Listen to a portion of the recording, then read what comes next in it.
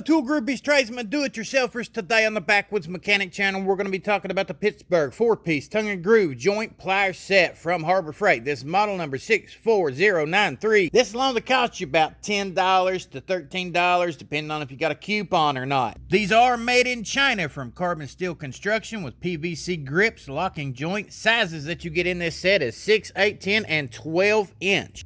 And of course, it's the classic Pittsburgh Pro green and black colors. This does come with a lifetime warranty. And it's pretty self-explanatory what you get. It's a plier set. So if you're in the market for a good set of pliers, right here you go. At least that's what a lot of channels are going to tell you. They're going to say, you know what? Why do you got to go out here and buy all these tools? It's going to cost you X amount of dollars whenever you got Harbor Freight, Pittsburgh, right here. Well, we're going to pull these out, go over them, and I'm going to give you my thoughts and opinions and then tell you why I bought these to begin with.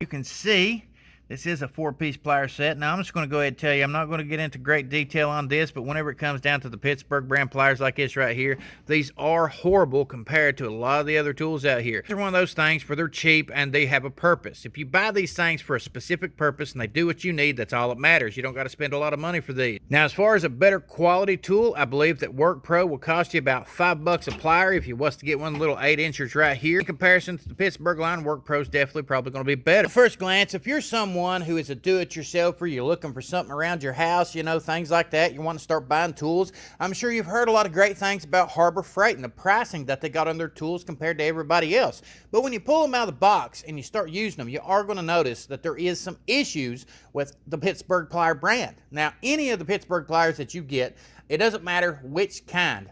And for a long, long time, it didn't matter which kind of wrenches that you got either. They're going to have issues. They're made in China. China has quality control issues. They're horrible about quality control. They don't have good metallurgy. They don't have a good chroming process. They're just really, really bad whenever it comes to quality control. So when you're buying these, if you assume that they're going to be a decent quality tool, then you're going to be very, very wrong. Now, of course, you're thinking they're made of steel. Everything's made of steel. It's just like all the other steel out here. Well, it's just not true.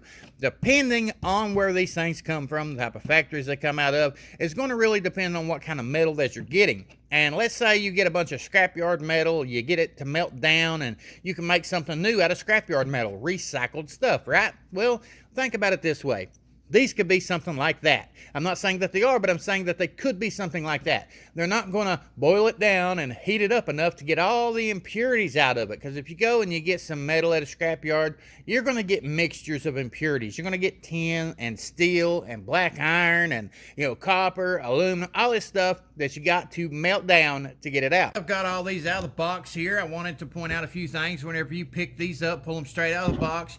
Each one of the handles are going to be loose on these, and they're all horribly known for that. I don't care what kind you buy. If you buy slip joint pliers from Harbor Freight in the Pittsburgh line, throw them in the garbage because they're useless. The only way I would keep some of these pliers for any reason at all is if I want to buy them for a job-specific application. That basically means, let's say that you have a house and it runs off of gas. You're heating your house in the wintertime, runs off of gas, you got that regulator outside, all of a sudden the plunger gets sucked in, you lose your gas pressure, you got to go outside all the time, pull that plunger back up, restart your furnace, stuff like that. Tools like this would be great because for the price of one plier that you can pick up in any other name brand, you can get an entire 4-pack in the Pittsburgh line. So they are going to have their purpose and they're going to have a reason for you to buy them. Because you could pick these up, you could say, I'm not going to sort through my toolbox, I'm going to leave this thing sitting at the back door, I'm going to leave it out there right near where the gas regulator is, that way I can do this job every single winter. You might be someone who works at a factory in a specific facility somewhere where you need to be able to make certain adjustments to certain machines and do it on a frequent basis. That's when you buy tools like this, because you can leave them on site, somebody walks off with them and steals them, it's not going to cost you a fortune.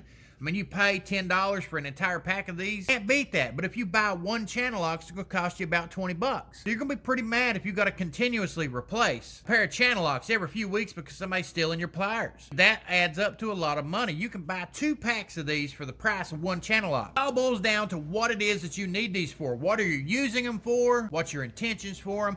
Are you taking them to work in a professional capacity, maintenance style capacity, or is it simply a do-it-yourself basis? If you got a farm and fleet, you work on ATVs, motorcycles, boats, you know, there's a variety of reasons why you can buy these tools and why it's logical to purchase these tools. Not every plier that you come across out there is going to have this circular shape in the jaw right here. You can go pick up a pair of pliers at $10 in the CRAFTSMAN line at Lowe's, and they're going to have that same kind of design about them. They're going to be the same type of size as what this pair of pliers is right here. $10 once again for a pair of CRAFTSMAN, or $10 for a 4-pack of these. There is going to be some differences, and it really just depends on where these things come from. The thing about the Pittsburgh line they're horribly known for is the poor quality. These things made in China, and depending on the factory that they come out of, they basically choose the type of tool that they want, type of quality that they want, and they pay a minimum for all kinds of different pliers to be delivered to all their stores. If they really don't care about these pliers and they want the bare minimum done, that's what they're going to pay for. Now, certain other tools are going to come out of China, such as CRAFTSMAN. Customers complain about CRAFTSMAN. What do? They take care of the problem and they redirect where they're getting things manufactured at. And that with their core line of chrome sockets and ratchets. Whenever people started complaining about it, they shipped manufacturing from China to India and from China to Taiwan. CRAFTSMAN has a much better quality tool. Countries like this, I don't really want to endorse giving them my money anymore. If I can help it, I'm going to quit buying anything made in China. Send a clear message to any company that I work with that I really don't like Chinese quality tools. When it comes down to it, on a head-to-head basis, they are the worst quality tool that you can buy, and a lot of that's because of the imperfections on it.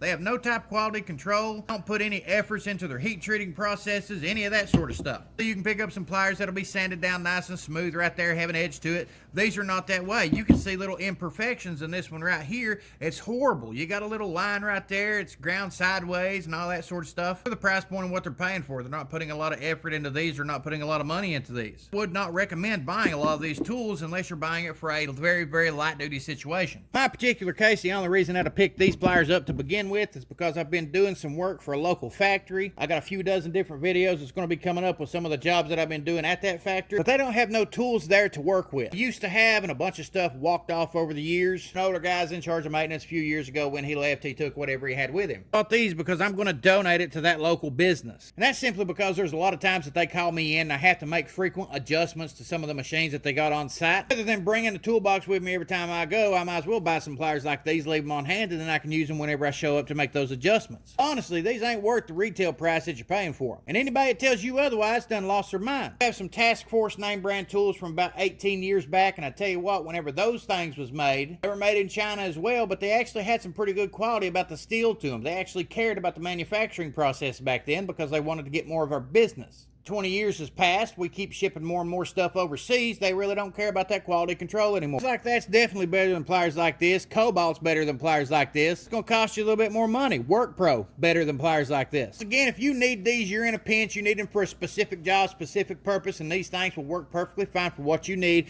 but you got to set that adjustment screw as soon as you get them out of the box, or you're gonna end up breaking your fingers, busting your knuckles. You know, this ain't the greatest steel in the world.